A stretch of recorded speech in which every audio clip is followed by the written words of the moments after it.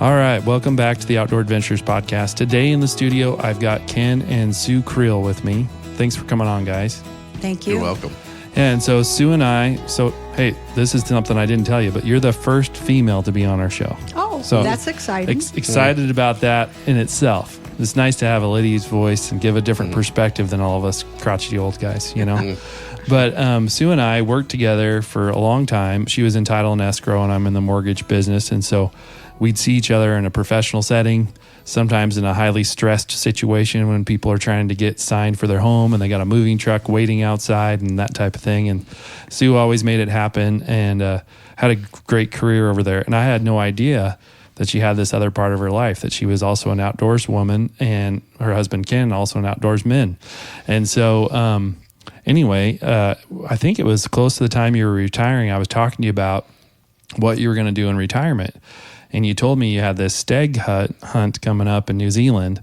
And that's always been like a dream for me, like a bucket list. Like, I really want to go get a stag. And you've seen the hunts on TV. We've all seen them, and just the experience around that. And so I kind of followed your story on Facebook as you guys would post different pictures of the things you were doing, and wanted to get you on here. So I appreciate you coming on. I'm excited to hear about your hunts and your trip and any other things we end up talking about. But so and you've both been retired for how long now? I retired in September of last year. Okay. 7 months. Yeah. Okay. December 16th. Right. Well, when I was Facebook stalking you a little bit last night, I looked and one of the first posts, I think you guys went for a hike or something, and you posted, "Retirement's looking good on you, Sue," and it was like the first day or something. And I was like, well, there's a good supportive husband, you know. There you go. So, but first question I had on my list was, why New Zealand? How come that was like the place to go? Why did you guys pick that?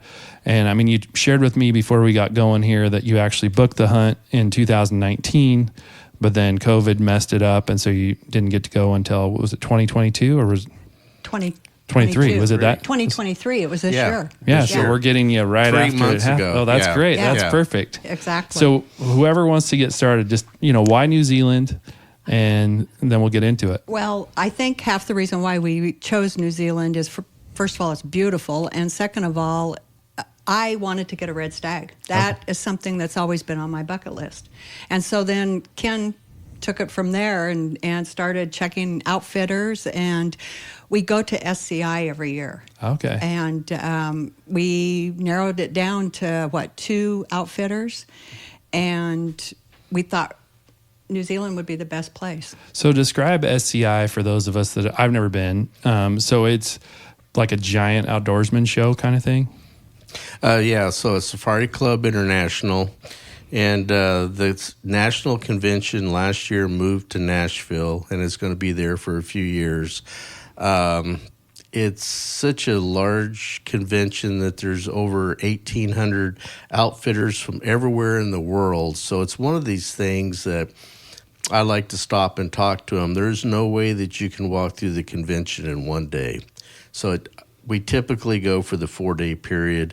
So you spend 2 days covering it, everything, and then you kind of make your little cheat sheet of who you want to go back and talk to. Oh, that's neat. But there is hunting and fishing from everywhere in the world: South America, Australia, New Zealand, Asia, Europe, North America, everywhere. And all the big names are there, like Jim Shockey and those types of people. I have met Jim several times, yeah. Yeah, and I think I've seen him post, I'm at SCI convention or whatever. Right. And Nashville, what a cool place to have it, too. Right. Yeah. That's great. Yeah. So it's a really cool place. Yeah.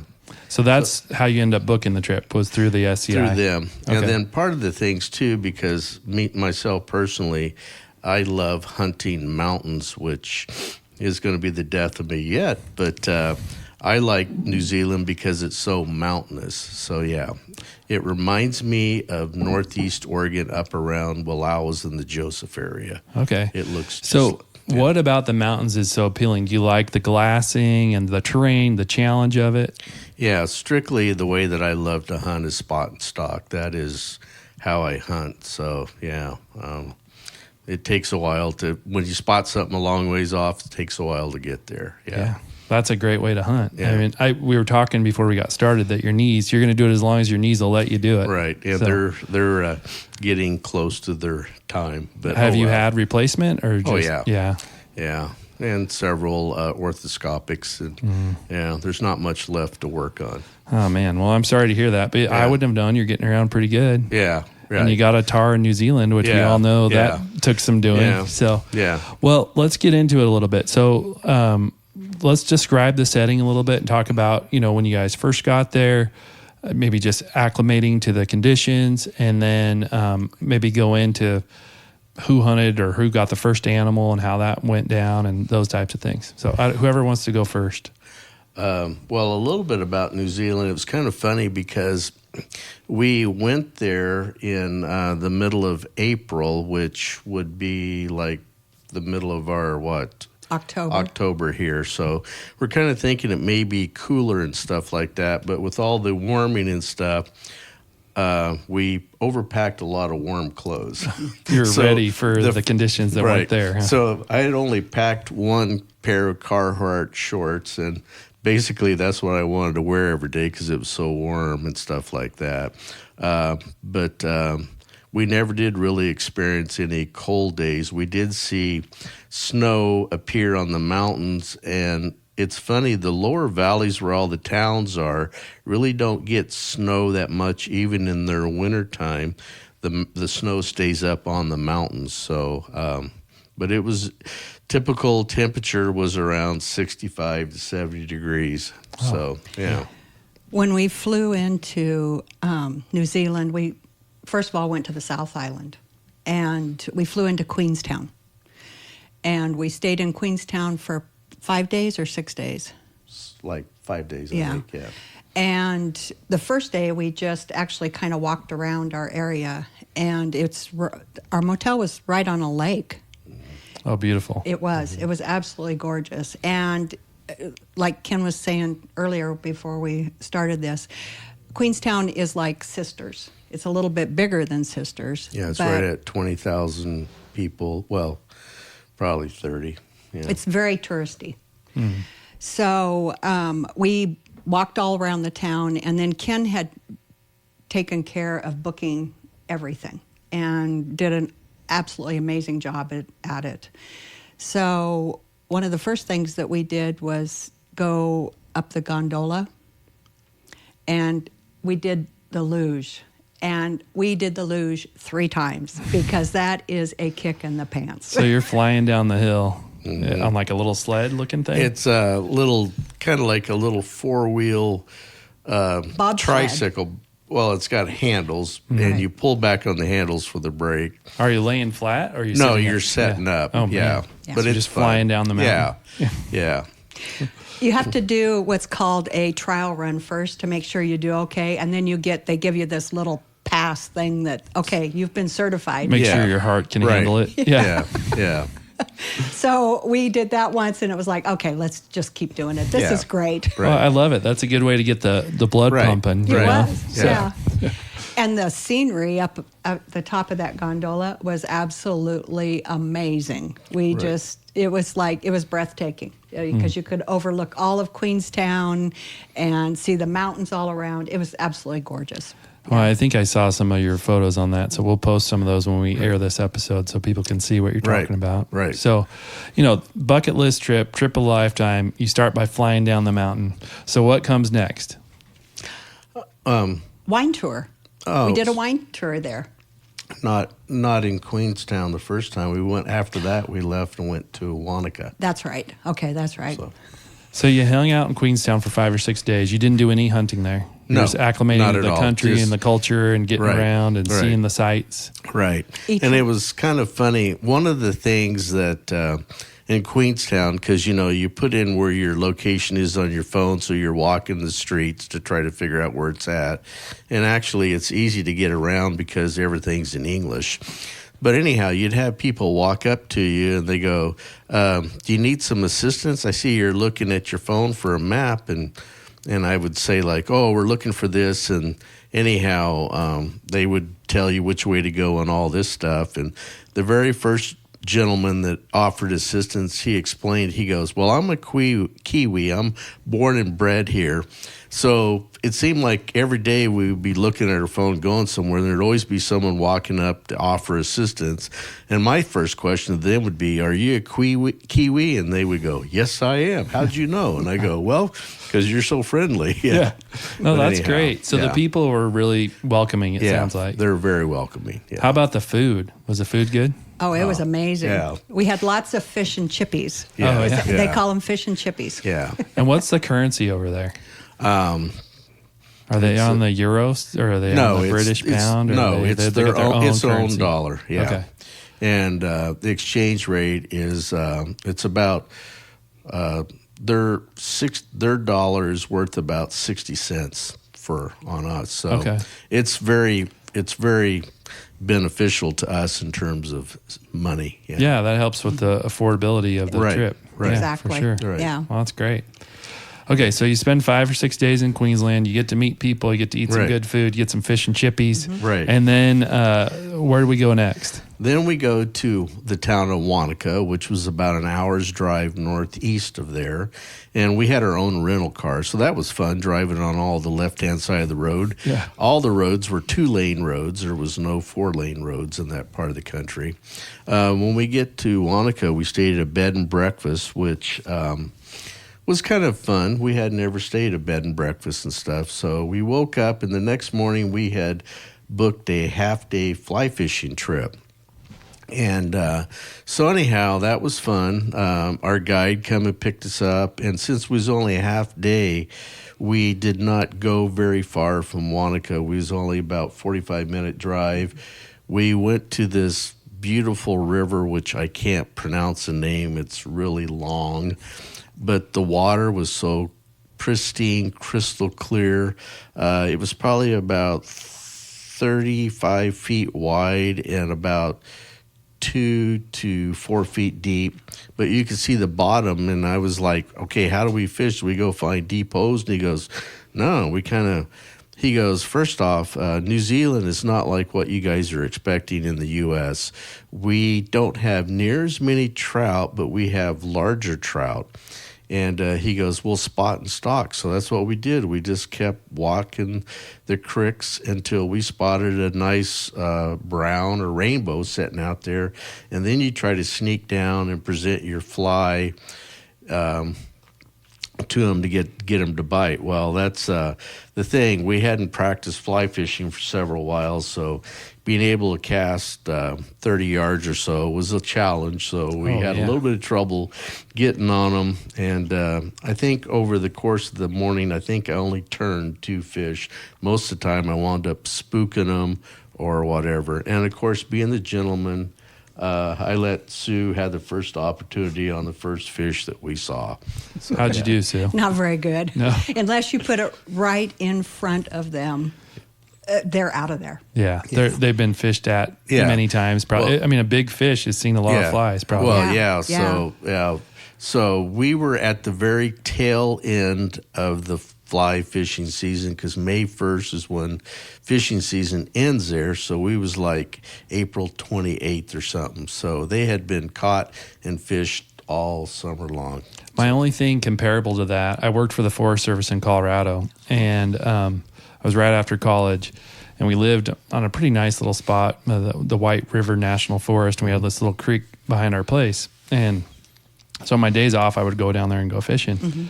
And we had a bunch of Forest Service horses that didn't really like me, so I'd have to kind of run past them first so they wouldn't chase me and then get to the creek. But anyway, the fish were real spooky, and I didn't have any fly gear. I was just fishing conventional gear. And I had a small little trout rod, and I would catch grasshoppers in the field as I'd go out there, and I'd put them on, but then I'd have to belly crawl to the edge and just drop that grasshopper in the current and let it go down, and then I'd hook a fish that way. Oh, wow. And I'd catch, I mean, they weren't huge, but, like an 18-inch Colorado cutthroat trout, was a pretty good fish. And so that's my closest experience to what you encountered there. But yeah. No, it was fun. The one thing that I learned is New Zealand has what they call sandflies. Yes. Oh, and of course, they loved Ken. Yeah, I'm type O blood, and they love type O. And so, boy, I didn't realize it, but I got all so many bites, and it's not like a mosquito bite that goes away in a couple of days. Their bites itch for 2 weeks. Oh, man. I visited the pharmacy several times for ointment. Yeah. Well, I think that's the thing. People don't always talk about the negative things like that, but that is a reality. When you're out in the outdoors, you're going to bump into some things that want to chew on you. Right. So if people are familiar with no-see-ums, it is very similar to no-see-ums, but they're even, because I've been bitten by no-see-ums, and I would have to say that these are even worse. And it's the same thing. It's a little bite that keeps oozing and never heals. Man, so you were tasty. Oh, I but was. Sue, they left you alone? Yeah, they left me alone. Oh. Yeah. I never got Didn't it taste as good as him, huh? No. Yeah. No. Maybe you, like my wife. My wife always says I have ice water running through my veins, so maybe you're like that. Maybe yeah, that's maybe me. Yeah. I doubt it. But So that was pretty much, and then the following day, if you want to talk about. Then we went on the wine tour. And you could, if you want to talk. The wine tours can book those also, and they take you to, that one was 4 different places, and they feed you along the way and everything, and it was a very reasonable price. I mean, Yeah, it was like $125 per person. yeah.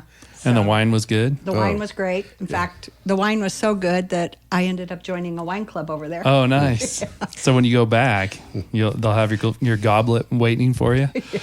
But and you said before we got started that New Zealand's on the 45th parallel, which is just like Oregon. And so Oregon, we've kind of become a wine place for, like, I think Pinot Noir or Pinot Gris and some of these different wines that we've really become a hot spot for. So I'm assuming New Zealand might be similar. Exactly. Pinot Exact Noirs. same grapes that we grow here is what they grow there. Yeah. That's cool. Yeah. And we don't want to jump around, but and another thing, did you mention about what they fed us on that wine tour? I mean, it was like Oh, it was like a full meal. Oh, that was the one that they paired the wines with all the food. So we got that's to fun. eat red stag. We had, was there salmon? Salmon. And then Pork belly. And what else? What were the other things? Was it a chicken? There was a chicken. Yeah. Yeah. And then a beef. Oh, man. Yeah. That sounds So great. It was awesome. And that's one thing, you think of New Zealand as nothing but sheep ranches all over. But I'll tell you, in terms of cattle, wow, I saw as many cattle ranches as I did sheep. Oh, yeah. wow. Lots of cows, huh? Yeah. Yeah. Yeah. We That's did cool. have lamb while we were there, too. Yeah. One time. Yeah. Yeah. Yeah. Nice. Yeah. No, that's good. I mean, we're trying to give people the immersive experience. So don't worry about I told you I don't want to bounce around to a bunch of different topics like outside of the New Zealand trip, but we will a little bit because I want to get to know you guys better and hear more about your other adventures. But so don't stress out about that. Okay. Yeah. I want you to just tell me whatever you want to tell me. So okay. Sounds good. So so you get done wine tasting. Hopefully you got back to the hotel okay and everything. We did. Yeah. That's always the danger when you're That's the one sipping them thing. When you book these trips, you can go with either on the larger tour buses, and if you pay like $20 more, you can go on the smaller tours. And so it seems like Mercedes-Benz, the 12-seater buses, was the smaller ones, and those are quite comfortable to ride. So they're a lot more smaller and personable. So like a lot of the people that were on the tour with us, we got to meet folks from Australia, and they were very friendly, and it was kind of funny. We just had a good time. And melting pot. Got Yeah. that. Right. Did you bump into a lot of other hunters too that were there for hunting, just in general? No, just Well, one the one group at our the motel. hotel. Yeah. When we first got there. Yeah. Yeah. So okay, you're now. What's the next step? What do you do after this? Then we took our rental car and we drove to the town. It's on the southeast side of the South Island, and it's called Dunedin. And that town is a larger town. It's about 120,000 people. It has a large university there that's got like 35,000 students, so it's a lot like being around Oregon State. And, of course, it's kind of like Corvallis downtown. There's brew pubs and everything around. So we had a good time walking around there. Had good food. We had good food, I had yeah. a seafood chowder there that was really good. Right. Yeah. Well, and that's another reason I like you guys. You're beavers, so I've seen Oh, you at the, there you go. I've Yeah. I've seen you in the Right. beaver gear. So Right. yeah. Oh yeah, big beaver fans. Yeah, it was kind of funny. In searching for the hotels, I wanted to find one because one of the tours, that's one thing that's kind of unique about New Zealand is every town has downtown. It's called the Ice Center. And that is a focal point that you can go to and ask questions about the area. And it seems like every tour bus, when they come to pick you up in the morning, if they don't pick you up at the hotel, they say you meet at the Ice Center. So you always find that.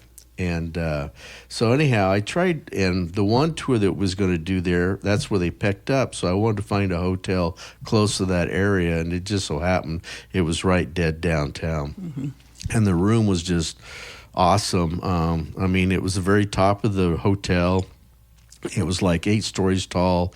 The room had a great view of the city and the harbor, and yeah.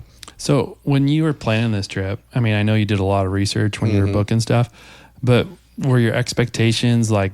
It sounds like, you know, I'm not going to put words in your mouth, but it seems like you were just kind of blown away by how nice things were.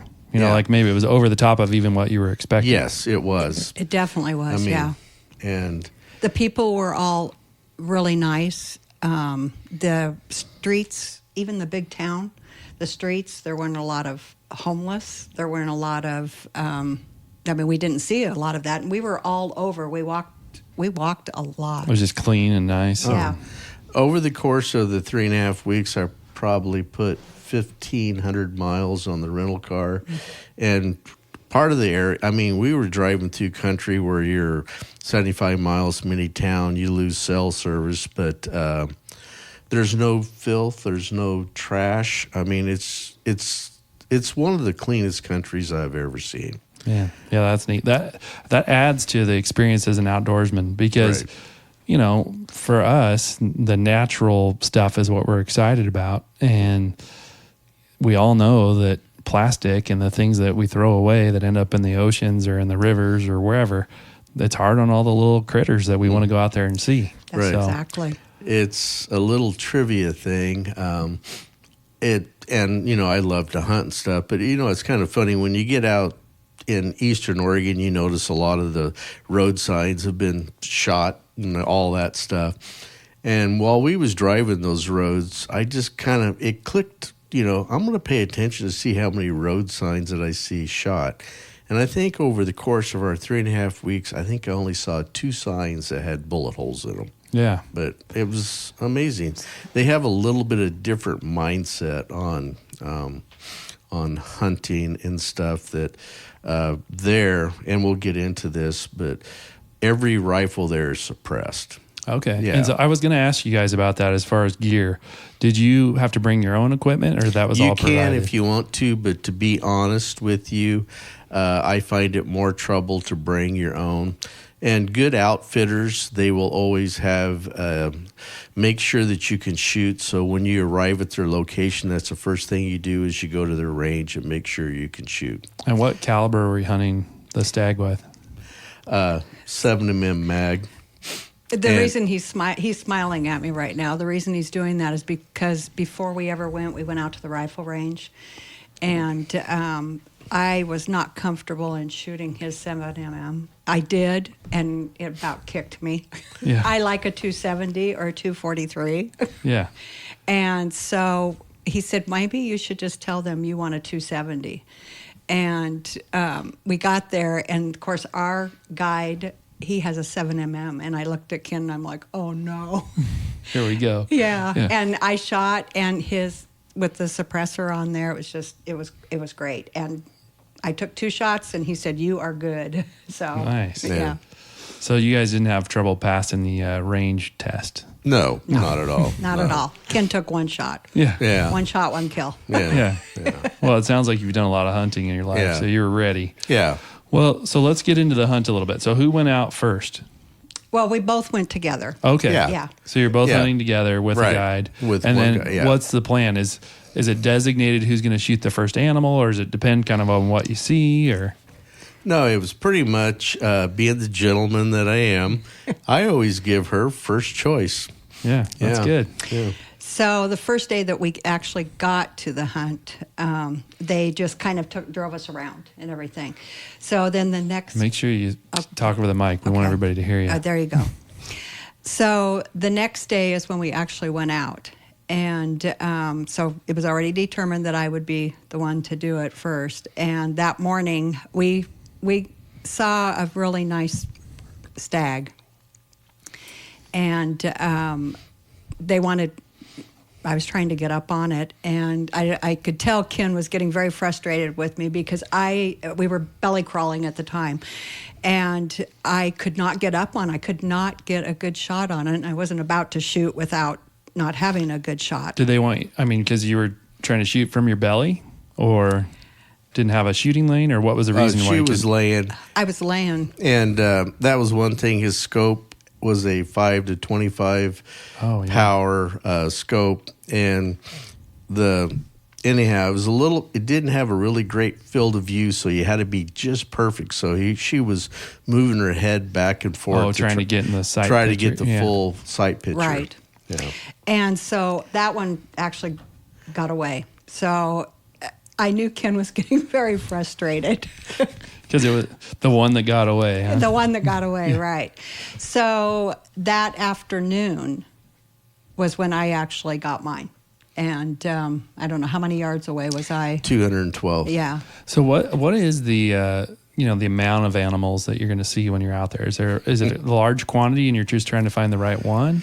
Yeah. So the night before when we went scouting, we have a picture of it. There was like 13 or 15 bulls all together that when we come over this rise, they were down on this flat. Yeah. And then as the day wears on during the middle of the day, of course, they all bed down in the brush and timber. And do they hide pretty well? I mean, with the environment? Yeah. Mm-hmm. There's a brush over there called a manuka. Think of it, it's kind of like our version of mahogany brush. And it's about 12 to 15 feet tall. They get in that, and that's where they will spend all day. And they got all those branches, so they blend in with the... Oh, they blend in well. Yeah. So you typically find them out in the opens in the mornings and the evenings. And I have to chase back to her initial on that morning. It was funny because I had belly crawled. I was behind all of her. And at that morning, that bull was about 115 yards, and he was in some brush, but he come wide open and a perfect shot, and I was like dying because she couldn't get on him. But then he took another 6 steps, and he was in the brush. So, but yeah, it was kind of funny. Well, yeah, frustrating, but also good on you for not taking a shot you weren't ready to take. Because the worst thing, all of us as hunters, we want to make a good shot. Right. Exactly. And so the animal you did end up getting one shot and he was done kind of thing? Or what is it? I mean, I don't know how tough they are. Actually, I ended up shooting it a second time. Yeah, he went down, and then he got back up. Yeah. And they're about like an elk, because they'll run about 450 pounds. They're right at the size of our elk, the Rocky Mountain. They're not quite as big as Roosevelt, but yeah. Okay. Yeah. So I went ahead and took a second shot, and it was exciting. It was very exciting. And then we get down there, and so I start counting all of his points. He had 24 points. Jeez, that's crazy. He was a beautiful animal. This is like, the only thing I can relate to is my antelope. It was a 15-year tag for me, and I've only gotten one tag in Oregon. And, I had more buck fever on that hunt than I've ever had, and my cousin will make fun of me on it on this show often. But it's, you're kind of filling that bucket list, and you don't want to mess it up. Did you have any of that when you were taking the shot? Yeah, I did, because what if I miss? What if I wound it and then try to find it? And then, of course, I can feel him behind me, just like, you've got to get it. Well, and we talk about that too. How sometimes you want it so bad for the other person. Yeah. That's almost worse than when you're pulling the trigger yourself. Exactly. Yeah. So it was pretty exciting. It really was. And then it was the next day Because I got mine that afternoon, and then the next morning we went back out, and Ken got the one was on the day before. The same bull. Yep. Right. Oh, well, it was kind of funny because, to be honest, and anybody that would go to New Zealand, you go on a stag hunt, you're charged based on the size of the bull. Mm-hmm. And so we had basically done the minimum size. And so there was some discussions on if our bulls met the minimum size or a little bit bigger. And so anyhow, the bull that she was initially on, I really liked him because he had such long fronts. His eye guards were right around 24 inches long. So I like symmetrical horns. So anyhow, that evening after we got back to the lodge, we talked about it, and that's when we go, well, we know that he falls within that size range, so we'll go find him again. And you did. So we did. So the next morning we parked up on top of the mountain, and that's the way they hunt a lot there, is they park and then you take off walking from there. And I don't know, how far did we go before we saw him? Probably half mile. Probably, and he yeah. was down at the bottom of the canyon. So another spot and stock kind of situation. Yeah, it was spot and stock. Mm-hmm. And then it was, once we get down there, of course you're on finger ridges and they move around, so you try to figure out how to get on. And so we wound up eventually getting on, and then again it was belly crawling and all that stuff, and that belly crawling is exhausting. Yeah. For me, I've only done it again on the antelope hunt, but it was, you're in hot weather, you got typically gear on, and you're carrying your stuff, and you're trying to be as quiet as you can, mm-hmm. and you get pretty wiped out, and then you got to compose yourself to take a shot. Right. Well, that's one thing I've noticed in New Zealand. Like, I've done a lot of belly crawling here in Oregon, and of course you're going across lava rocks and all that. Their ground is not real rocky. It's got a lot of grass on it, which is good. Yeah. So anyhow, we belly crawled up on that, and so anyhow, basically the same thing. We got within a little over 200 yards and put the crosshairs on him, and down he went. Yeah. Yeah. So, I jumped ahead to the hunt a little bit, but what town were you in where you start? Was that the last town that we talked about where you left from to go hunting? Or No. did I skip us ahead to that?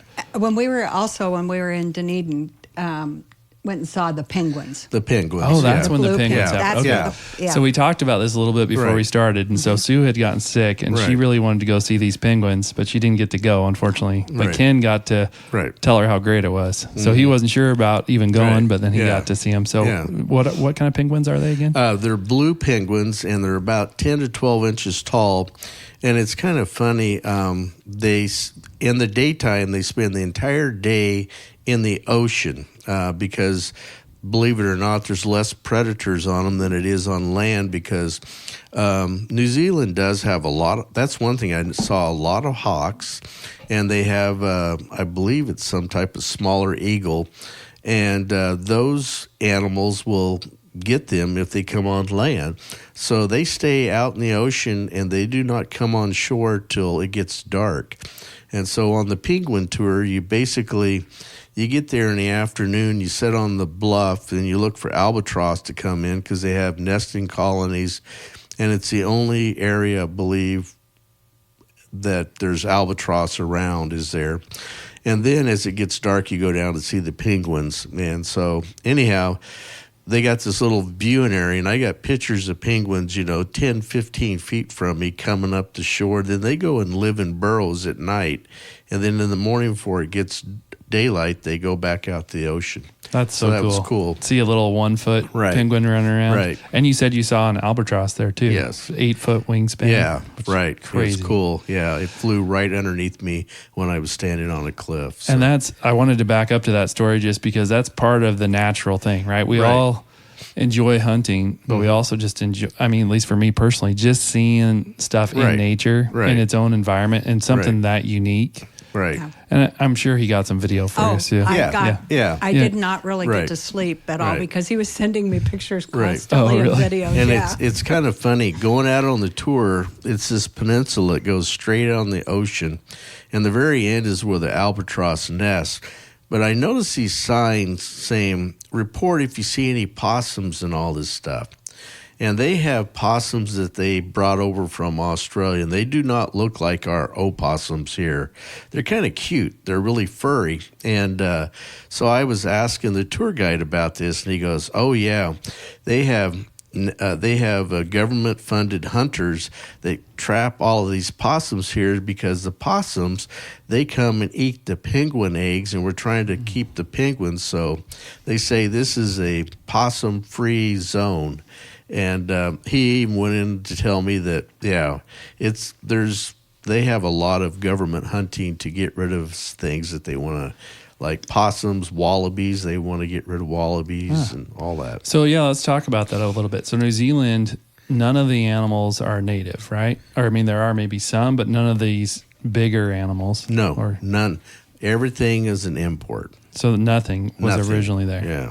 And so it all got, people brought in different things because they were cute or they were whatever. Right. And now these there's no natural predators for a lot, like the stag. Nothing's going to eat a stag over there. No predators at all. That was the other thing that convinced me of going to New Zealand is they have no snakes. Oh, really? Yeah. Oh, see, I didn't know that. So, and snakes are something I can't stand. So, yeah, I thought, because Australia has some of the most venomous snakes in the world, so I just assumed, that it was the same, but no. No, it's kind of funny. Once you go over there, part of the history when I went to the Albatross Center was how New Zealand split across many years ago. And a long time ago, it had no animals at all. And birds were the first thing that came. Mm-hmm. So, yeah. Because you had to fly there or swim there, probably, right? Yeah. Right. Exactly. Or a human brought you there. Right, or a human brought you there. And that's how a lot of the red stag and the fallow deer and stuff like that, the tahr were brought for hunting, but some of the others were brought for food and stuff like that. Yeah. So, is the stag, you mentioned you had it on the wine tour, is it kind of a staple to the diet over there, too? Yeah. Every restaurant has it. Yeah, every restaurant, it'll say venison. Yeah. Okay. And how's the flavor of that compared to like our deer venison or elk? We loved it. Yeah. As a matter of fact, it's really good. Yeah. We have been to a Alaska fishing resort, and they flew in red stag from New Zealand for dinner for their guests. Oh, cool. Yeah, it was really, that was the first time we'd ever had it. Yeah, I don't think I've ever had it. Yeah, it's really good. Mm-hmm. After we left Dunedin, then we went back to Queenstown. Okay. And that's where you took off for hunting from there? Right. Okay. But in Queenstown, we also went to Milford Sound. Oh. And that should be on everybody's bucket list, too. And tell us why. Okay, so it's a 13-hour tour, so it's a long day. You're 3.5 hours on a small bus to get there. But on the far southwest side of New Zealand, it's kind of like, I've never been to Norway, but it's like that. It's all these fjords that go out to the ocean. Oh. So you get there, you take the bus, you get into heavy timber, steep mountains, granite peaks. It's beautiful. And then once you get there, you get on this boat, and I think the boat was probably like right at about 80 feet long, and you ride out this fjord towards the Tasman Sea. And then as you get closer, you'll see porpoises in the water, you'll see seals and things like that. But it's just so beautiful and so majestic. I mean, lots of waterfalls. Yeah, waterfalls everywhere. Well, yeah, you guys said there was lakes everywhere too. Oh, yeah. Right. I've never seen so many lakes as we saw in New Zealand. Yeah. And it's kind of funny. My wife says I like to talk, so I was in talking with the captain on the boat, and as we got to the Tasman Sea, I see all these floats out there, and I said, "Are these crab traps or what?" He goes, "No, those are lobster traps." Oh, nice. So anyhow, that was one thing that's a little funny, was we're thinking that, boy, we're going to New Zealand, we got to try lobster, and that was one thing hard to find in a restaurant. And I asked, and they said, "Well, it's so expensive." that most people just don't want to pay for it, so hardly any restaurants have it. But we did find one restaurant, very nice restaurant, and so we had lobster dinner with wine and all that. And of course, it wound up costing us a whole $98 US for super expensive. two lobsters. Yeah. That doesn't sound too bad. No. And obviously, if they're getting it right there, you're getting it fresh. Right. So that fresh lobster, I mean, you can't beat that. Right. Because usually, by the time it gets, I mean, they fly them in live and stuff here. But, but it was good. It was good. Yeah. We enjoyed that. Yeah. And then we went on another wine tour there. Oh, we went on another wine tour right the day before the guide come to pick us up. Right. Okay. So. And your guide, what was the name of the outfit? Lethem Valley Hunts. Okay. And, well, I can't say enough about those folks. You leave there feeling like you're part of their family. Yeah. I mean, it was great. Yeah. So they came pick you up, and now we're going to fast forward. Now we're on day 2, and we've got 2 stag on the ground. Mm-hmm. So, they're handling probably all the taking care of the animals and all that. And you don't do anything. Yeah. Which is kind of funny because I'm not used to. Yeah, you're used to getting your hands in there. Yeah. This may be a little funny, but they are very conscious, and as you clean out the stag and stuff like that, of course the paunch, our guide, because we had parked at the top of the mountain and we had walked all the way down the bottom of the mountain where I got the stag, and he goes, well, I'm going to walk up the mountain and get the car, and he goes, would you do me a favor, would you pull the paunch over into some brush there, because we don't want to leave it to where people see it and stuff like that. So that was the one thing I did do. Yeah. But I mean, it's just like, they're very conscious about, they don't even want something like that visible as people drive around. They want to keep it scenic for people, and because I'm sure there's people that just want to drive around and see the country and just view them instead of hunting them. Yeah, of course we weren't by a road, but still, he just wants to keep it out of, because since there's no predators and stuff, there's not a lot of things to come and feed on it. Like, here coyotes will hit it and be gone the next day. Yeah. But they don't have coyotes there. Yeah, you'd have coyotes and vultures on it. I mean, vultures within a couple hours. Right, probably. and they don't have vultures, but we did see hawks, I believe, but yeah. But that's it. That's got to be kind of bizarre to think about that, because here, we're all conscious of cougars and coyotes and now wolves, and you don't even have to think about it there. No. Right. No, not at all. No, it's there's no predators whatsoever. I believe on the North Island, I think he did mention at one time they did bring in some fox to try to eliminate the possums, but they wound up finding that they were more. Right. Yeah. Isn't that funny? I mean, Hawaii's made a lot of those same mistakes where, they bring in the mongoose to get rid of the snakes, and the mongoose are a bigger problem. And, and then now they've got all these cats that are eating all the native birds. And exactly. It's crazy how, when you mess with nature, we're never going to get the formula the right way. Right. And it's unfortunate when people start meddling, then you go down that. Right. Yeah. It was kind of funny. Since you talk about cats and stuff like that, after we got that all processed and stuff, he goes, you want me to take you back to the lodge, or you want to go with me? I got to go to the train station. And we're like, train station? What do you mean train station? Oh, we have a spot where we dispose of the skeletal carcass and all that stuff. Oh. And so basically, because those folks over there, they like the show Yellowstone and all that. They watch it. And, Yellowstone has the train station where they dispose of people. Well, that's where they dispose. So we went with him there. And, of course, Sue was sitting in the pickup at the time, and she comes back and she goes, look at that cat over there on the hillside. Man, I never seen someone move in their. He went to grab his rifle because to them, feral cats are taboo. So that is their predator. Yeah, that's their predator. Yeah, and they probably have seen what they've done to other ecosystems. Exactly. So, were you nervous when he said that? Were you like, okay, what do we do wrong? We're going to the train station. No. We had.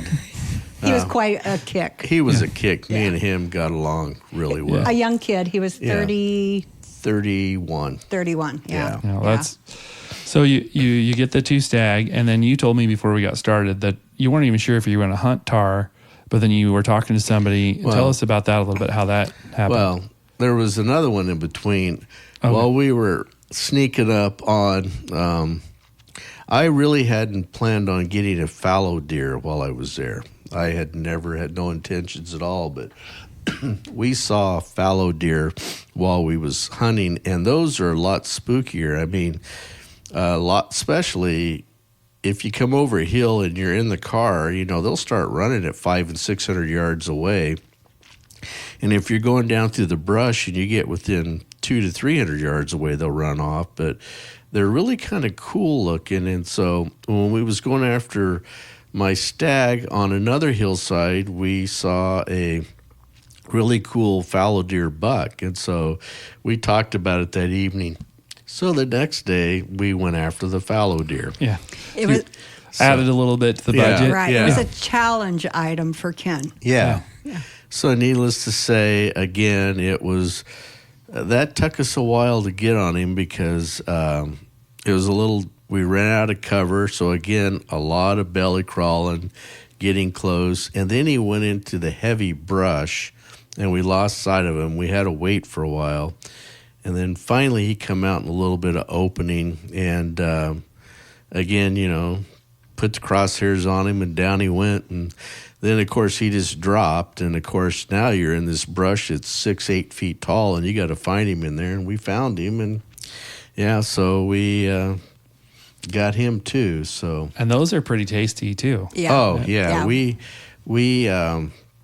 while we was there, the food, they actually have a cook that comes and that stays there, and the cook is really into eloquent meals, but we had fallow deer burgers one night, and those were some of the most awesome hamburgers that I've had. They just mild, Yeah, I've heard they're really good.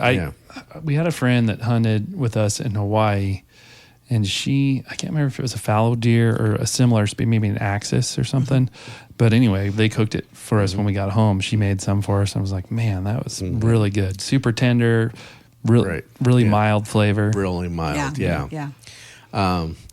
Speaking of cooking, Sue has now got a recipe for homemade granola that she makes because they make their granola there. All the time, yeah. So that turned you on to it. It did. Huh? Yeah. We love it.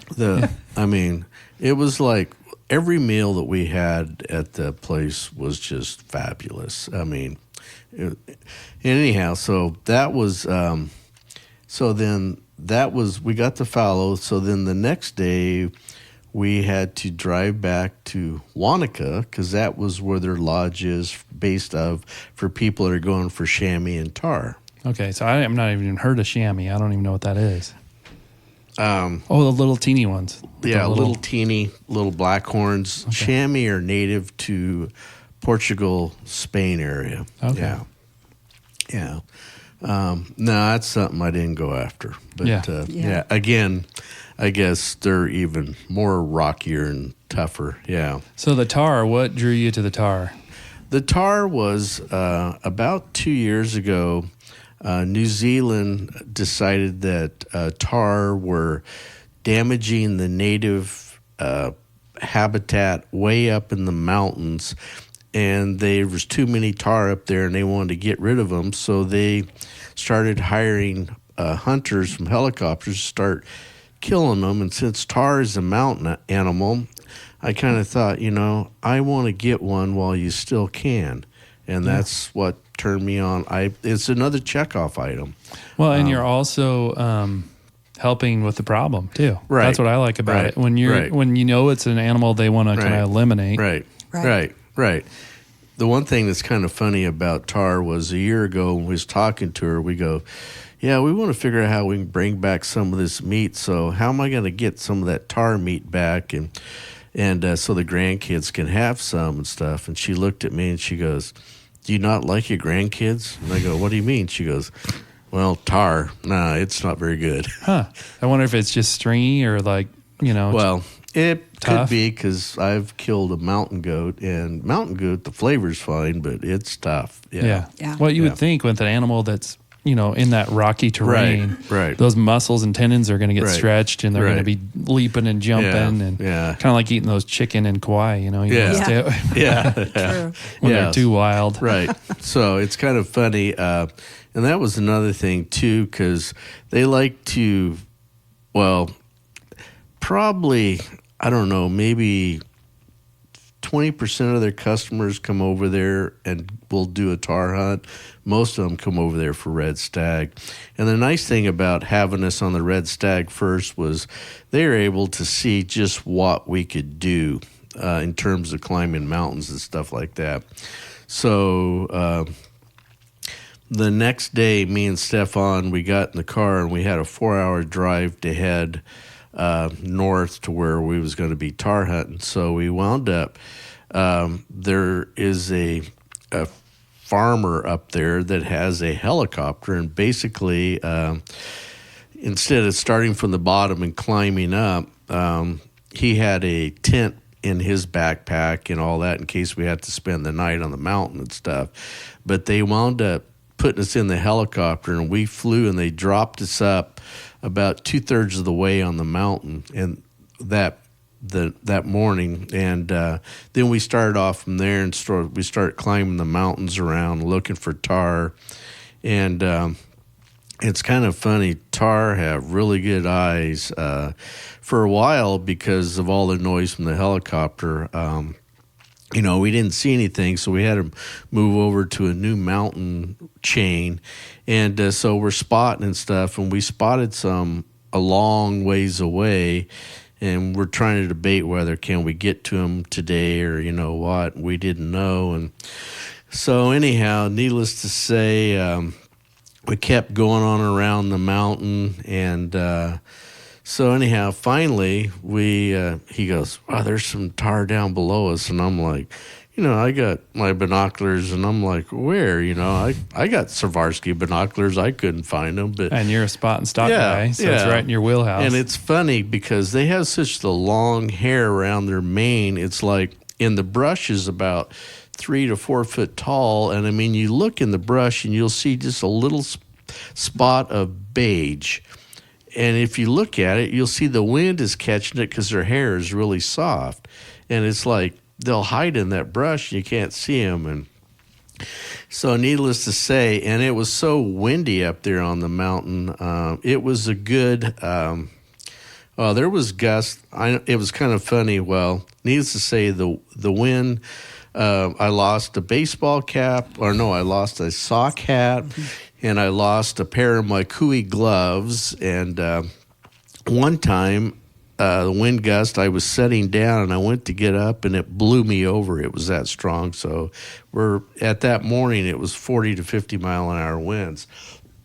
So, but anyhow, those are tough conditions. it was tough conditions. And are they nose sensitive to where if they smelled you, are the tar like other animals where if you're if they're downwind from you, they're going to spook? I never got close enough to really worry about it. Yeah. We actually those tar were we was above them, and the wind was coming from our side, so it wasn't carrying. But they are very eyesight. I mean, any movement. And then they also are noise sensitive in the sense that I was having to talk louder so he could hear me over the wind.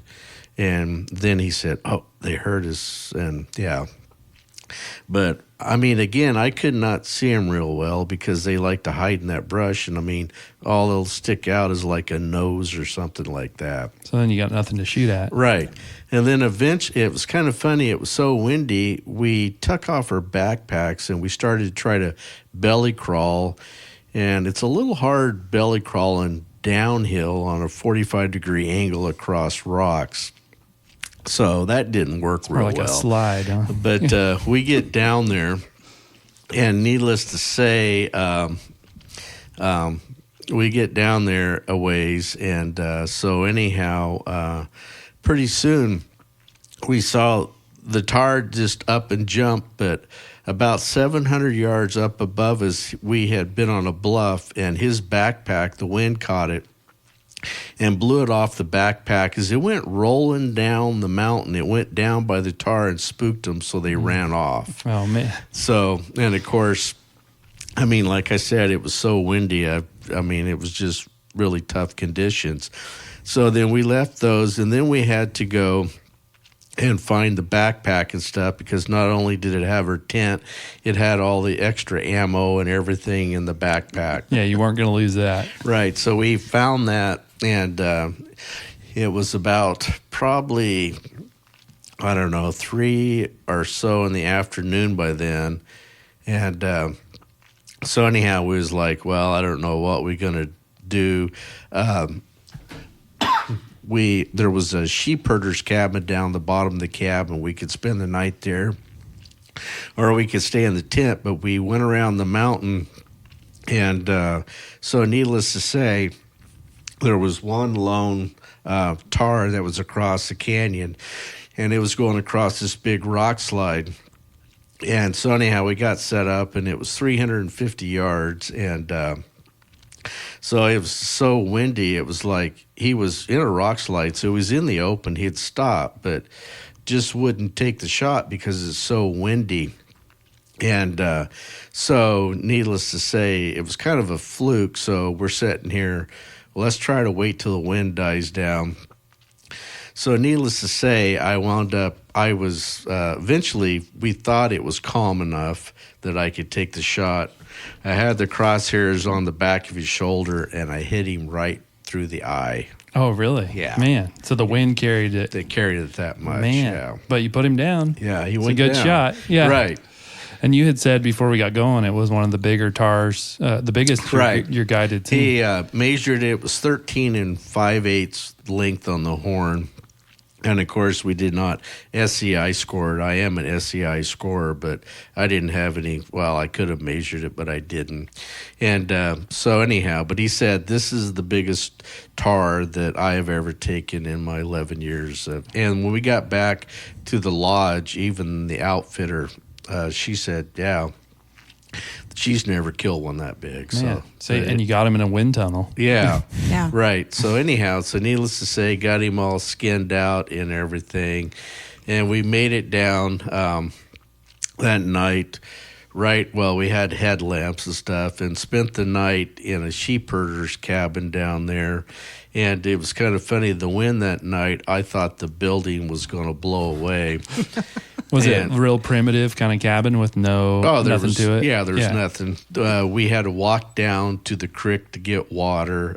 No generator. No or anything. generator, no. I mean, we sat inside the cabin with our headlamps on at night. And you were just waiting for the building to fall down Right. from the wind. Right.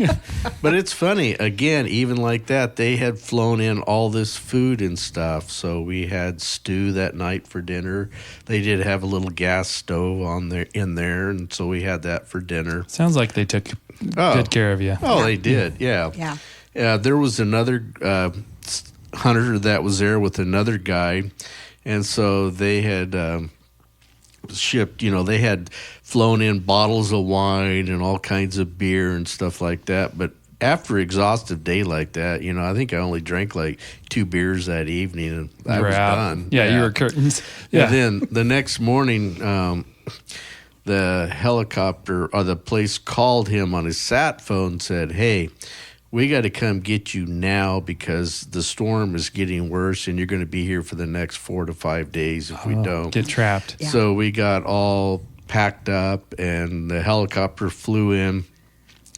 And that was pretty. I've been on helicopters several times, and this is one of the more exciting ones. After we got loaded, it was me, my guide, and the pilot in the helicopter.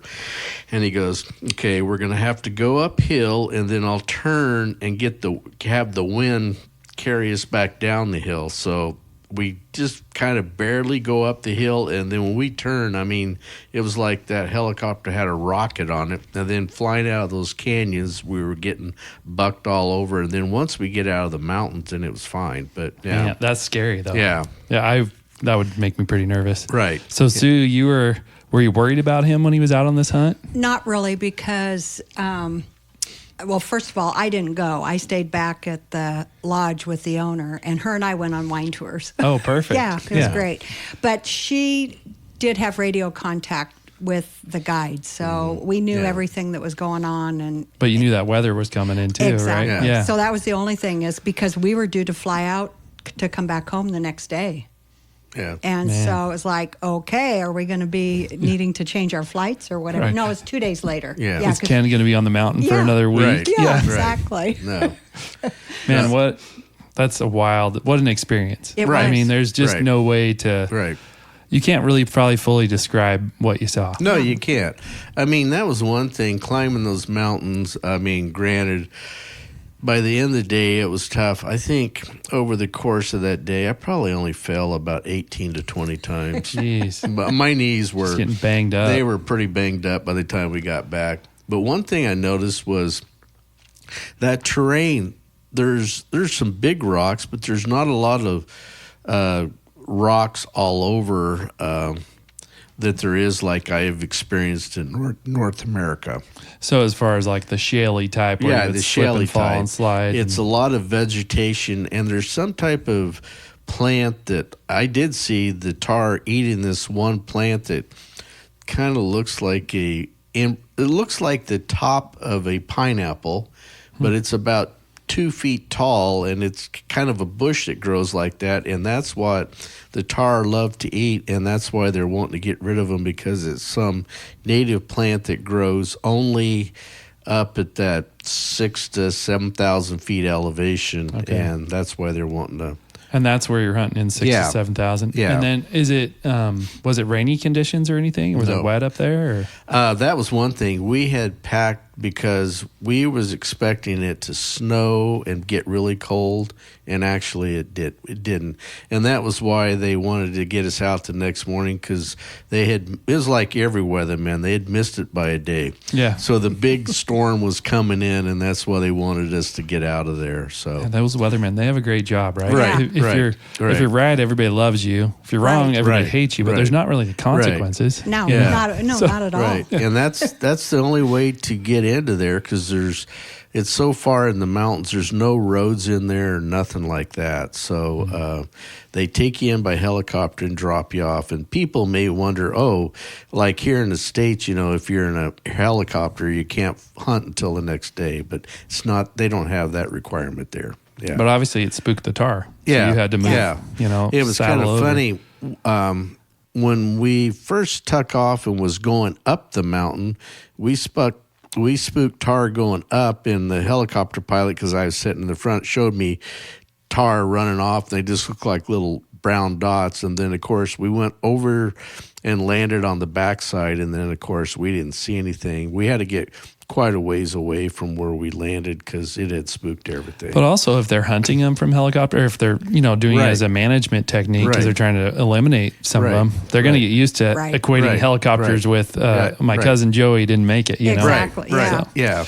Ken had the option of actually shooting it from a helicopter if he wanted to. Yeah, but that would not be a challenge, and to me, that's not hunting. Yeah. That's harvesting, but it's not hunting. Harvesting, but not That's hunting. exactly right. Yeah. So this was the real deal. I mean, I had to get up and walk around, and we wound up, we were up there. Luckily, we didn't have to spend the night on the mountain and all that stuff. And luckily, we was able to get most of our gear back. I mean, his backpack, it opened up, and so there was stuff. It was funny, as we was walking along, I found, there was a first aid kit that was laying out. I mean, things just went flying. Oh, yeah. If that wind was powerful enough to pick it up, it was going to be powerful enough to send stuff. That's right. His backpack probably weighed, but he set it right at the edge of the bluff. And like me, I had my Cooey gloves, and I took my gloves off, and I just naturally set it right beside me. And of course, the gust just blew it right. I watched it go right off a cliff. Yeah. You're like, I'm not going for that Right. one. Yeah. It's funny, those types of things that you don't think about that can happen when you're out in the field, where it's, you're prepared for everything. He probably had everything he needed in that pack, and then Right. he leaves it for a moment to pursue some Right. animals, and then it's gone. Yeah. Right. Even I went salmon fishing in Alaska one time, and we had our bucket with all of our fillet knives and a couple of just things we needed. Yeah. And, you get carried away fishing, and we weren't paying attention. And I don't know, I think it was I either bumped it or whatever, tipped it over. And then you got knives floating down the river, and you're trying to grab all your stuff you need. And, you usually don't get it all back. It's somebody else's treasure, Yeah, that's right. Right. Well, I really doubt if there'll be anybody. That area was really remote. They have used this. I can't remember how many thousands of acres, but it's the government land that they're taking all the Leasing. tar off. But Oh, okay. Yeah. yeah, this is actually individual private land, but it's open to the public, but there's no way to get there. Yeah. Yeah. Well, we've got some areas in Oregon like that too, where there's these buffalo herds that have escaped, but there's no way to get to them without a Right. helicopter. Right. Yeah. Yeah. I think bottom line is we feel that New Zealand should be on everybody's bucket list. Oh, absolutely. And, the biggest thing is I'm trying to figure out, how could I figure it out? I have not that many years left. How do I figure out how I can go back? They do have elk there, so yeah. You need an excuse. Yeah. Well, number one, Sue's got to see the penguins. Yes. So that's the Right. first reason to Right. go. Yeah. And then, elk or whatever that other little Right. creature you were talking Right. about. Yeah. And then it's kind of funny. The one town that we didn't make it to is, I can't pronounce it, IVAN, Cargill, and Bluff. That is where everybody that leaves to go to Antarctica and stuff, but I would like to see the very southern tip and all that as well. Yeah. And if we ever went back, I would practice my fly casting better, because I would definitely want to catch one of those big browns or rainbows they have there. Well, and one thing we're really good about this show is encouraging people to do those things. So I will endorse you guys going back. Okay, good. I'm fully on board with it. We like to help people go Right. live and do these adventures. There you go. And then we get to hear about it. Right. But I had other things I wanted to talk to you guys about, but I think we covered everything pretty well. I'll have to have you come back on and tell us about. So in my Facebook stalking, I saw a picture of both of you with turkeys. I saw Sue with a stringer of fish with like a half a rod, and she had this proud face of like, look, I got this done. And then I saw Ken with a buffalo. It was maybe a white-tailed deer in the snow. Maybe it was a blacktail. I wasn't sure. I've got whitetail, yeah. Yeah. And then your mountain goat and a buffalo. So we got a lot of stuff. And I heard before we got going, you're a big antelope hunter. So Oh, yeah. you're going to have to come back is what I'm saying. Yeah. Because you've got a lot of hunting stories. Right. And you tell them well. So I'd love to have you come back on if you felt like doing this again. Yeah. But that would be yeah. fun. so Yeah. personal question, how long have you guys been married? Oh my God. 39 years. Yeah, 39. Okay. So you got the big 40 coming up Coming soon. up. That's right. We got to do something big for it. Yeah. Well, I mean, there's another excuse to go back to New Zealand if we Yeah. need one, Right. Yeah. But the reason I ask is I just watch how you guys, your energy and how you talk to each other and how you talk about always putting your wife first. Yeah. Hey, those are the guys that are listening. Yeah. Those are the keys to a good marriage. Yeah. Put your wife first. Take care of her. Planned an awesome trip. Yeah. It was a bucket Yeah. list for you too. Yeah. Right. So Yeah. I'm happy for your next adventure because you're both now retired. Yeah. So, you can go get after it. Since you mentioned the turkey, again, I'll have to add to that. I let her go first. And, of course, I had always wanted to kill a turkey. We was in eastern Oregon in a blind. Mm-hmm. And, of course, she goes, no, you sure? So I shot the first one. And, of course, we had heard other toms on the hill up in the mountains. And she goes, well, go out and get it. And I go, no, because you leave it there because if another Tom comes by, they'll want to beat the crap out of it. Oh, really? So anyhow, I left it sitting there, and within a half hour, we had the other turkeys. And mine had a longer beard than Yeah, his. hers had a 13-inch beard, which is pretty uncommon for a turkey. Nice. So she got the trophy turkey. I Yeah. did. Yeah, those were big turkeys in that picture. Yeah. I was Yeah. like, holy cow. Yeah, yeah. Some of those eastern birds are Yeah. really big. Yeah. Yeah. And, kind of like my kids, if I take them fishing, they like to rub it in when they catch the bigger one. Oh, So yeah. it's a similar kind of thing. Right. That's part of the Yeah. fun. It you is. know? Yeah. Yeah. Well, and I know Sue well enough to know that, she's a little spunky when she Yeah. needs to be. So Yeah. we'd have some awkward signings, and she'd tell people, well, do you want to buy the house or not? This is it. This is what it takes, Right. So Right. true. Yeah. Yeah. No, it's the same thing fishing. She likes to let everybody at the lake know she's catching fish. And it's funny, I see people pull their lawn chairs up, and pretty soon they're right shoulder to shoulder to you where you're catching fish. I have a Yeah. tendency of hooping and hollering. Yeah. Are you one of those, I call them naturally fishy people, where you just kind of can outfish people around you? There's people Yeah, that, you that did have quite that. well. Yeah. Yeah. Yeah. That's good. Yeah, exactly. Well, hey, thank you for being the first woman on the show, Sue. Sounds good. And it was great to see you again. It's been a while, and nice to meet Yeah, you, Ken, yeah. and hear Nice about meeting your you. adventure. And Yeah. I mean, what an amazing trip. Yeah. And so It was. It was fantastic. do you think there's anything that we didn't cover that's a must everybody needs to know about New Zealand, or do you think we hit it all? I think we hit I it all. just think that it's a beautiful country, and I mean, granted, the airfare is the one drawback, but it's a country that you go there, it'll be in your memory, and that's what all of hunting and these travels are about. It's about memories. That's Yeah. all it is. Yeah. Yeah. Yeah, we get our trips around the sun, and Right. we don't know how many of them we're going Right. to get. And Exactly. Yeah. might as well make the most of them. Do it Right. while you can. Right. That's right. Yeah. Yeah.